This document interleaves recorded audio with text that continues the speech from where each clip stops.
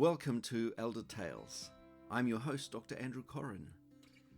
This is another story from my award-winning collection of short fiction, This Old Stick. Life is never static. It moves with currents and waves that carry us at times in directions and to places we did not and often would not choose.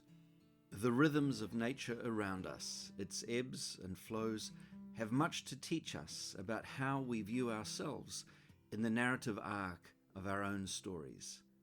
This is Life Lessons from a Fish.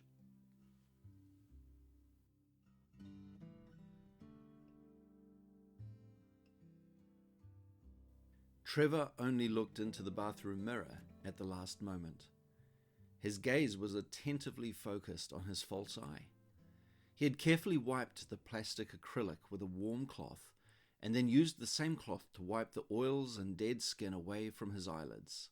He had learned not to pull out the basin plug until the end of this routine. That lesson was learned the hard way when, one day, with the plug removed, he had knocked the eye off the edge of the vanity and watched helplessly as the glistening shell slid down the ceramic slope, turned to look down the drain, then literally followed its own gaze to become lodged in the U-bend, nestled amongst hair, slime, and nail clippings. The instructions say not to clean vigorously or with soap, but he had ignored the advice on both counts that day. It was time to face the face. Trevor raised his monocular gaze to greet the one-eyed monster looking back at him. The cavity of his left eye socket was like a patch of red, wine-stained cream loop pile carpet, blood vessels straining to spread through the scar tissue, muscle, and fat from the concavity of his now empty orbit. His right eye was blue-green, surrounding a smooth jet-black pupil. Framed by an eyebrow of curious, rebellious grey hairs and an assortment of incongruous wrinkles, the eye tried unsuccessfully to avoid examining its neighbour.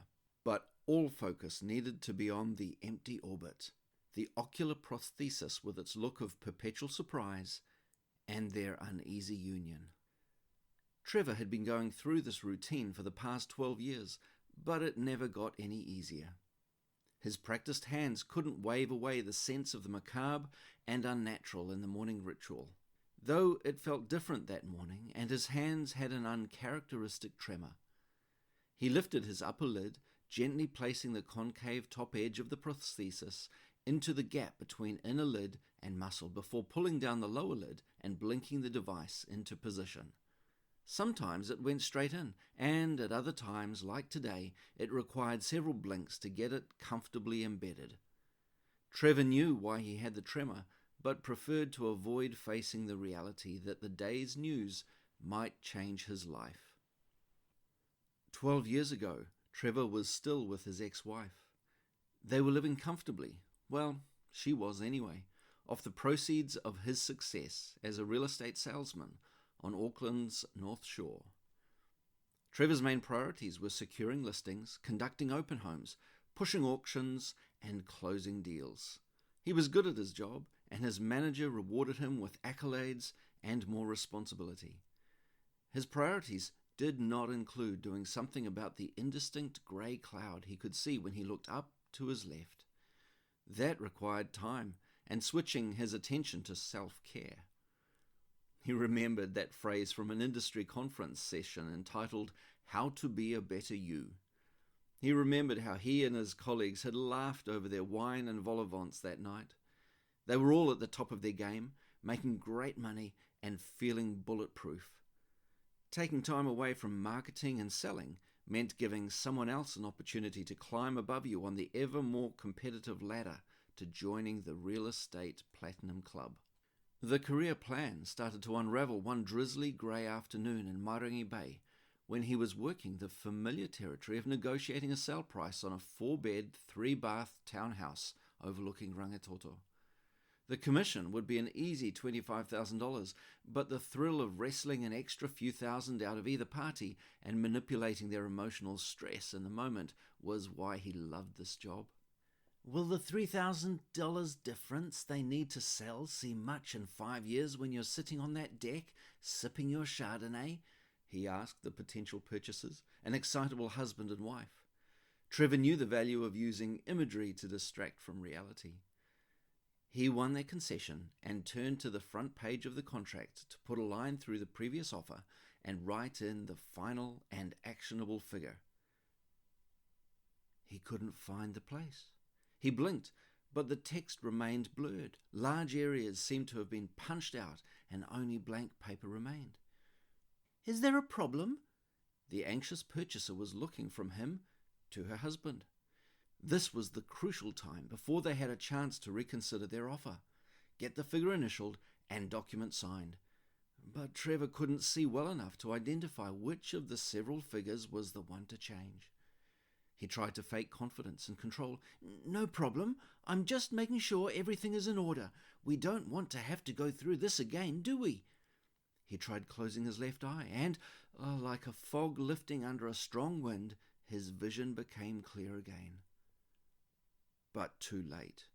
The husband was not a Chardonnay fan and had had a moment of clarity.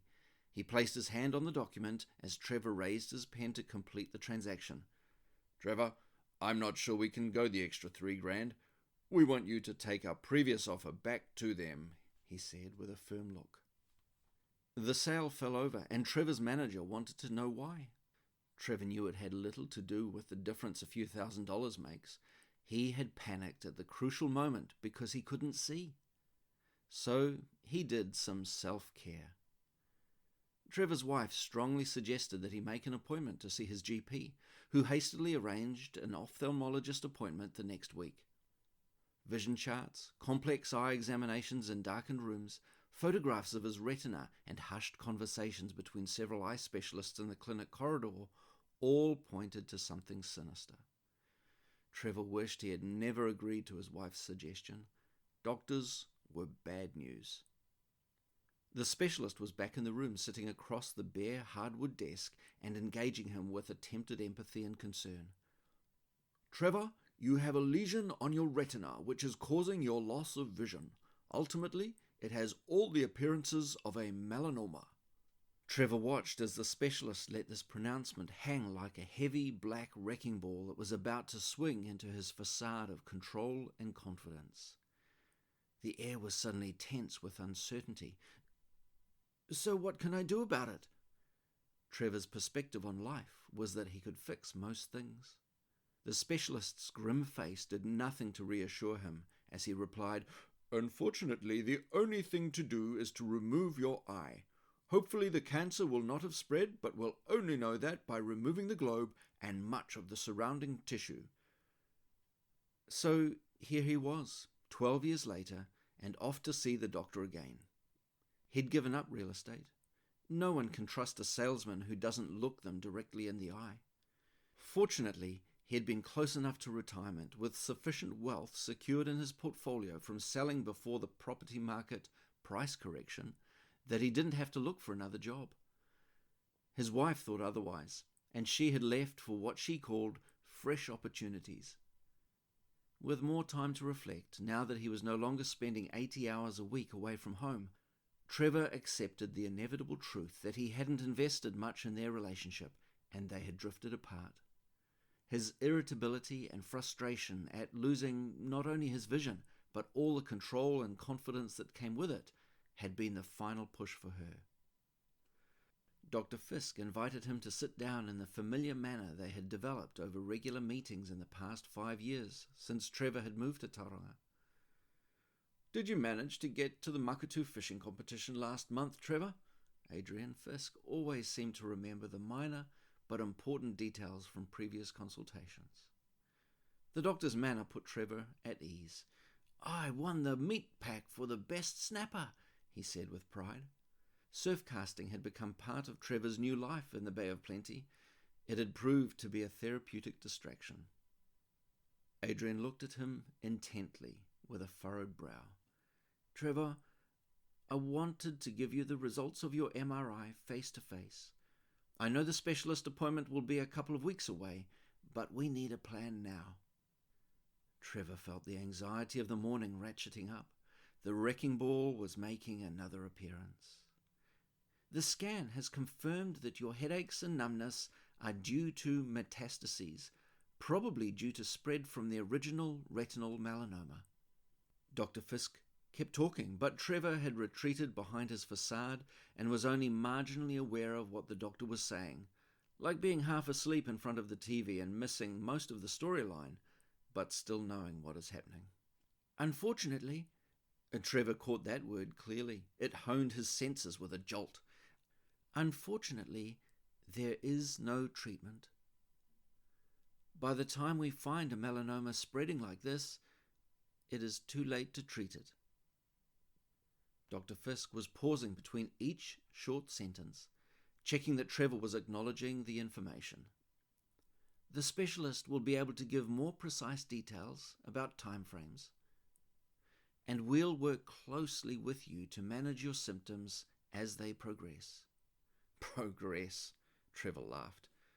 Not a laugh with me kind of laugh, more of an outburst of frustration, anger, and regret. Regress, not progress. Why do these apparently well-educated medical professionals struggle to use their words well? He wondered. A few weeks later, Trevor found himself gazing at the slow, blinking effect of the gentle swell meeting the shallow water and an offshore breeze. Wave rising, crest breaking, then wind catching wisps of frothing water and tossing them backwards like eyelashes. The oncologist had been perfunctory, spending more time looking at the images of Trevor's brain on the computer screen than looking at him in the eye. Trevor smiled wryly to himself with this observation. Why was the phrase not looking him in the eyes plural? It was only a rare minority such as he to whom that phrase in its singular form was truly appropriate. The oncologist had muttered, "The best advice I can give you is to go and do the things you enjoy while you can. You probably have a matter of months before the end stage." The late afternoon sun was losing its warmth as Trevor reeled in his surf rod, the tip bouncing and tugging with more vigour than if it had just become snagged in seaweed. Standing in the surf, he was able to distract himself from the headaches, pins and needles in his face, and constant nausea from the painkillers. A flapping snapper appeared out of the water with an arching back and furiously beating tail. The hook was loosely lodged in its mouth, and as Trevor lifted the trace and carefully grabbed the fish around its belly to avoid the threatening spines, two shiny round eyes looked back at him. He was suddenly struck with the realization that, in all the time he had been catching fish, he had never noticed how similar his false eye was to the eye of a fish, particularly this one, looking at him in panic. Moments earlier it had been swimming in unconstrained simplicity and freedom, happily unaware of the danger embedded in the baited hook. He saw himself there. Who knew my best life lesson would come from a fish? Trevor chuckled as he gently levered the hook out of the snapper's mouth and held the creature under the water. After a few seconds of oxygenated seawater washing past its gills, and with a quick flick of its tail, the fish escaped back to its home. Trevor, with the satisfaction of an angler who has made the best catch of the day, turned back to pack up his rod and gear. To no one and everyone he shouted into the wind as it followed the fish to the sea, "I might be caught any day, but until then, I'm free!"